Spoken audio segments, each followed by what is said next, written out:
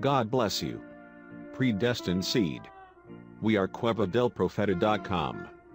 This is the bread of life today. Romans 10:10. For with the heart man believeth unto righteousness.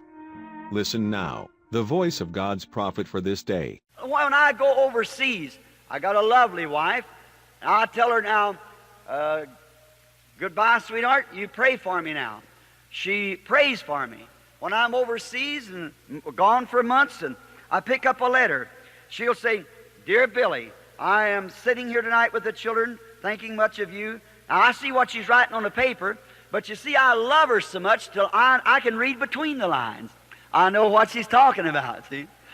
And that's the way it is with God. You can't just sit down and read it in a cold, formal heart. You've got to be in love with the author, and then you can read between the lines. Then you have an understanding of the Scriptures. Understanding of the Scriptures. Shalom. If this video was a blessing for your life, like, share and subscribe to our YouTube channel. God keep you, dear brother and sister. Quiero amarte, Señor, y sentir la paz excelsa de tu amor.